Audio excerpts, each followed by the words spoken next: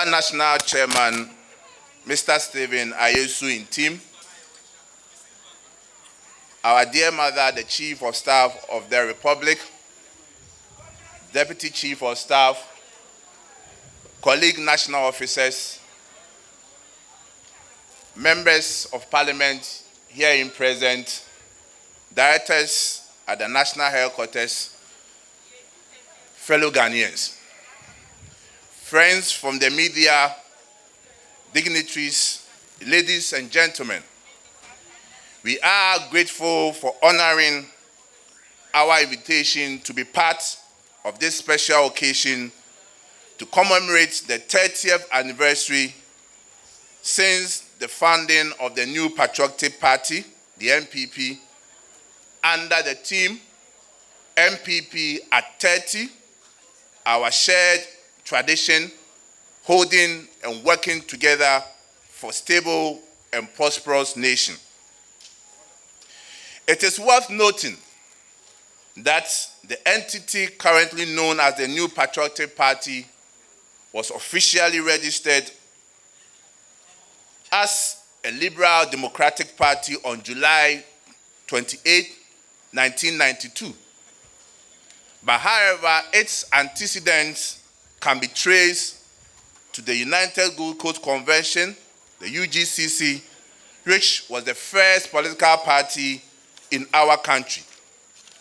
Mr. Chairman, we, the current adherents, are extremely proud of the tradition to which we lay claim and the role that the new patriotic party and its antecedents have played in making the rule of law, multi-party democracy, respect for individual liberties, and the pursuit of a liberal economic, distinguishing the factors of the political and economic landscape of Ghana. Our cherished founders had a clear vision of the Ghana they wanted and were quite clear in how to achieve that vision.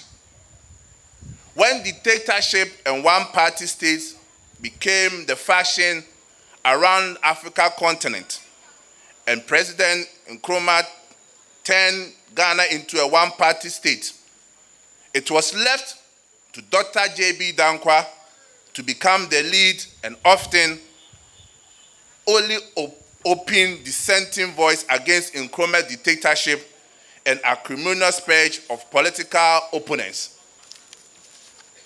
Ladies and gentlemen from the media, Dr. Dankwa was to die painfully in prison for merely advocating for multi-party democracy and rule of law. Other leaders such as Bafo Sakoto and Obechebi Lamte were in prison for long years, whilst others, like Professor K.A. Buzia, went into exile. Today, it all sounds almost unbelievable to a generation of Ghanaians who have grown up in an era of tilapia cartoon and an atmosphere of multi-party democracy and freedom of speech. Today, there are Ghanaians who take the open abuse of a president of the Republic as a normal and regular phenomenon. Today, demonstrations are things we take for granted, just as private radio stations and the free press. We, Mr. Chairman, in the NPP can say, without any fear of contradiction, that the Dankwa Buzia Dombo tradition made this state of affairs possible. In 1969, our traditional finally had the opportunity to rule the country when, following the overthrow of Nkrumah government in 1966 and the decision by the National Liberation Council to return Ghana to democratic rule, the Progress Party, led by Dr. Kufuor Buzia, won the elections. The electoral victory of the Progress Party in 1969 offered Ghanaians a lot of hope as the party pursued policies to build a free democratic system of governance, improve the welfare of the masses, extend healthcare and decent housing to the people, and bridge the infrastructure gap between urban and rural areas. Throughout its reign, the government of Prime Minister Buzia never held a political prisoner, as had been the norm under Nkrumah's regime and the National Liberation Council. And it was not for want of provocation, as the CPP members, free from being gaping sycophants, took full advantage of the new atmosphere of freedom and relentlessly attacked Dr. Buzia and his government. Unfortunately, an administration that offers such promise did not have the opportunity to serve its term, but was sadly overthrown by the military in January 1972, just 27 months into its term. When Ghanaians became disillusioned by the socio-economic conditions under the Champon regime and the proposed union government referendum, once again it took members of the Dankwa Buzia Dombo tradition, notably Nanado Dankwa Kufuor, BJ Darocha, and William Oferata, to partner people such as Komala Bedema, General Kwesi Afrifa, and other members of the opposition groups to form the People's Movement for Freedom and Justice, popularly known as the PMFJ, to demand Ghana's return to democratic rule. The opposition to the proposed union government and other factors culminated in a champion's overthrow and the conduct of general elections in 1979. Again, when Ghana needed fearless men to rise against the tyranny of dictatorship, the Dankwa Buzia Dombo tradition came to the rescue, further highlighting the NPP's contribution to democratic development in Ghana. Unfortunately, the tradition suffered a catastrophic case of internal disunity in the lead-up to the elections in 1979, when William Oferata, popularly known as Pawili, fell out with the PFP and contested on the ticket of the United Convention, on the ticket of the United National Convention, the UNC. With a divided front, the tradition split into PFP and UNC and were defeated by the PNP led by Dr. Hila Lehman. Unfortunately, this third attempt at constitutional rule was also cut short by a coup d'etat on December 31, 1981, by the Provisional National Defense Council, PNDC, in opposing yet another military dictatorship. Professor Albert Edubuahen led the Movement for Freedom and Justice to resist Rawlings' dictatorship and canvass for the restoration of fundamental human rights of Ghanaians and the lifting of the ban on political parties. Notable members of the MFJ included John Hansen, Ray Kakraba Kwashi, Obin Menu, Akoto Ampa, Kosi Pratt Jr., Dan Latte, John Indagbugri, and A. Ousu Jima. Yet again, members of the Dankwa Buzia Dombo tradition partnered others with opposing political orientation in demanding Ghana's return to democratic rule. Sustained pressure from the MFJ and other groups culminated in Ghana's return to democratic rule. Subsequently, the new Patriotic Party was formed in July 28, 1992.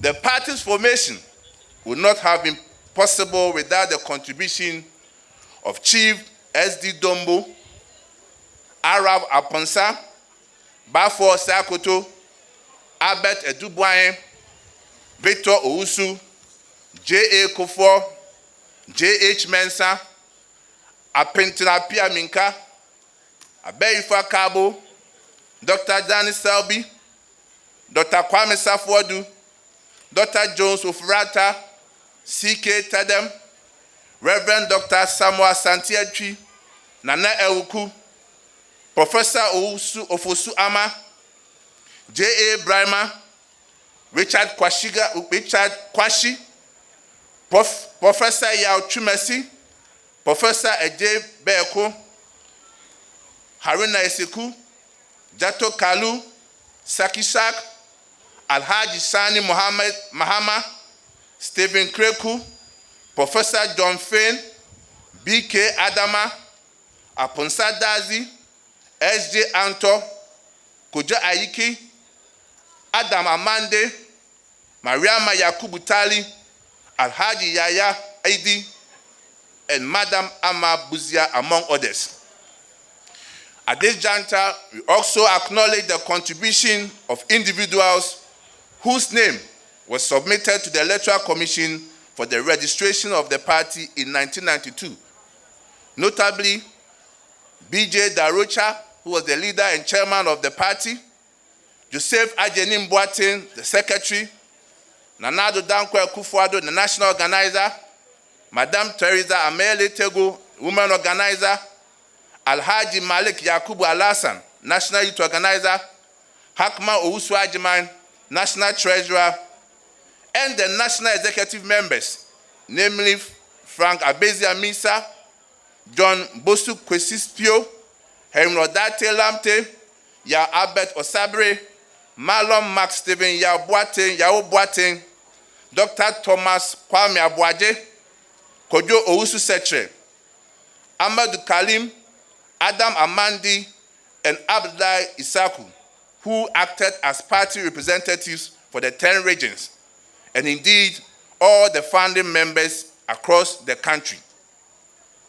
Despite losing the 1992 general elections, the party leader, Professor Albert Edubuahen, authored The Stolen Verdict, a book that highlighted irregularities that characterized the elections and advocated for several reforms for the country's young democracy.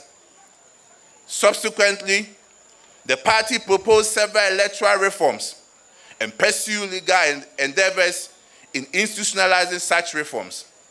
We are proud to note that the introduction of transparent ballot boxes, voter identification cards, biometric verification devices, among others, would not have been possible without the NPP persistent advocacy. Mr. Chairman, it was not until January 7, 2001 that the Dankwa Buzia Dombo tradition had its second opportunity at governance following the swearing in of John Ajekun Kufuor as president. Indeed, it was a trying time to assume office, and some felt we had been served a poison chalice because of the very challenging economic condition the country was in. The Kufuor administration took the brave but unpopular decision to subscribe to the IMF highly indebted poor country program. Despite the gloomy economic condition at the onset of his administration, the Kufuor government would perform what many have termed as the miraculous economic turnaround. By his second term in office, notably among his achievements was the attainment of a lower middle income status economy in 2007, introduction of the National Health Insurance Scheme, the school feeding program, the Livelihood Empowerment Against Poverty (LEAP), the National Youth Employment Program, Metro Mass Transport System, cocoa mass spraying, repeal of the criminal libel law, the capitation grant, and many more. Mr. Chairman, internal tensions within our party inflicted a painful loss on us in 2008, and it was to take until 2017 before we got another chance to govern. Again, like the Kufuor administration in 2001, we inherited very difficult economic conditions and showed our true mettle by not only overcoming the problems we met, but taking on the most ambitious program of the economic and social interventions. Mr. Chairman, before the onset of the COVID-19 pandemic, our great country was on the path of economic transformation. Growth rate had increased from 3.7 in 2016, the lowest since 1992, to average 7% from 2017 to 2019. The rate of inflation also declined by 33% over the same period to 7.9%. Interest rate declined from 26% in 2015 to 16% in 2019.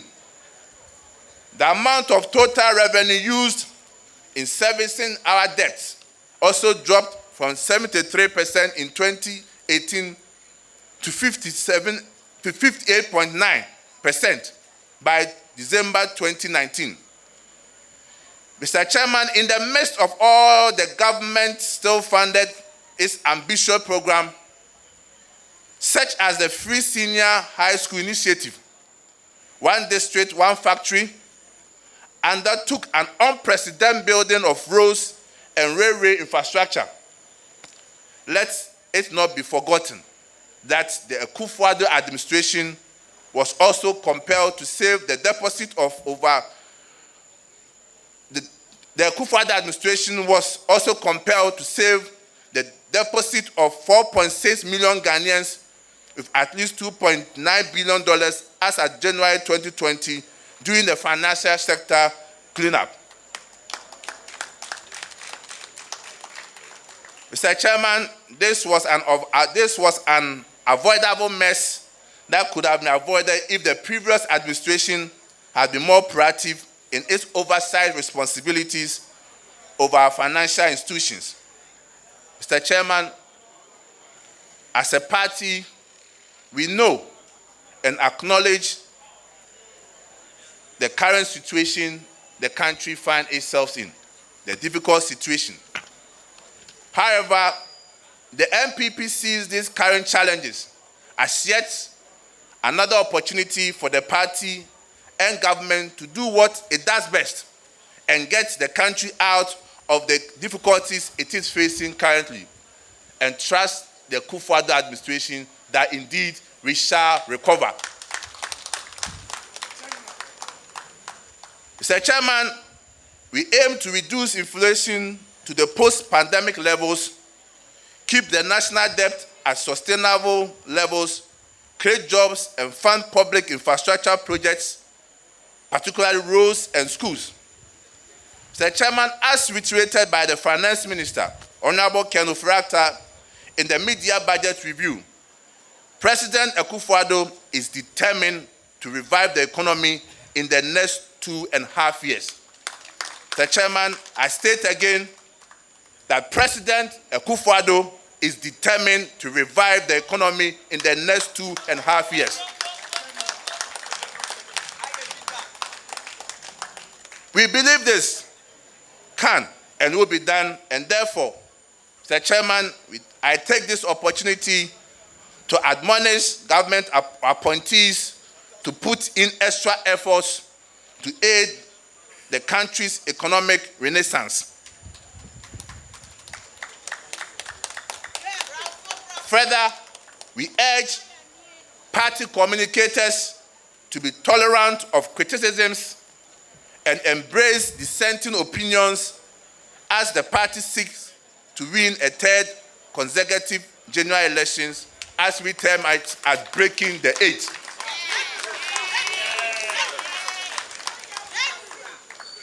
Mr. Chairman, we appeal to all members, executives, loyalists, and sympathizers of the NPP to be guided by the history and what happened to us whenever we are not united. When you feel like publicly taking on a fellow party member, when you are undermining a fellow party member, when you tell yourself you will not go out and campaign or even bother to vote, think of 1979. Think of 2008. Think of the pain that we went through in 2008. And Mr. Chairman, as the party prepares for its parliamentary and presidential elections in the coming years, as national executives, we pledge to act as impartial referees in the upcoming elections. Again, we also admonish other executives to do so. Further, we admonish supporters of would-be aspirants to refrain from the use of provocative language, character assassination, and lampooning of rivals in the lead-up to the party's primaries. In this era of social media, it is important not to wash our dirty linen in public. After all, we remain the sons and daughters from the womb of one giant elephant. Mr. Chairman, as clearly demonstrated, the NPP, traced to the Dankwa Buzia Dombo tradition, has a long history of enormous contribution to the rule of law, multi-party democracy, and socio-economic development in Ghana. On the 30th anniversary of the party's establishment, we are more than determined to harness the best faculties in the country in providing solutions to developmental challenges. On this note, Mr. Chairman, I do conclude by stating that may the Almighty God, may the Almighty Allah bless our homeland Ghana and make the new patriotic party great and strong. We continue to pray for good health for His Excellency, our President, Nana Dankwa Kufuor, his Vice President, Alhaji Dr. Muhammad Baumia, our Chief of Staff, our government appointees, our ministers, and most importantly, all party officers from national to polling station and all Ghanaians. Thank you very much, and God bless us all. Kukudu! Kukudu! Kukudu! Thank you.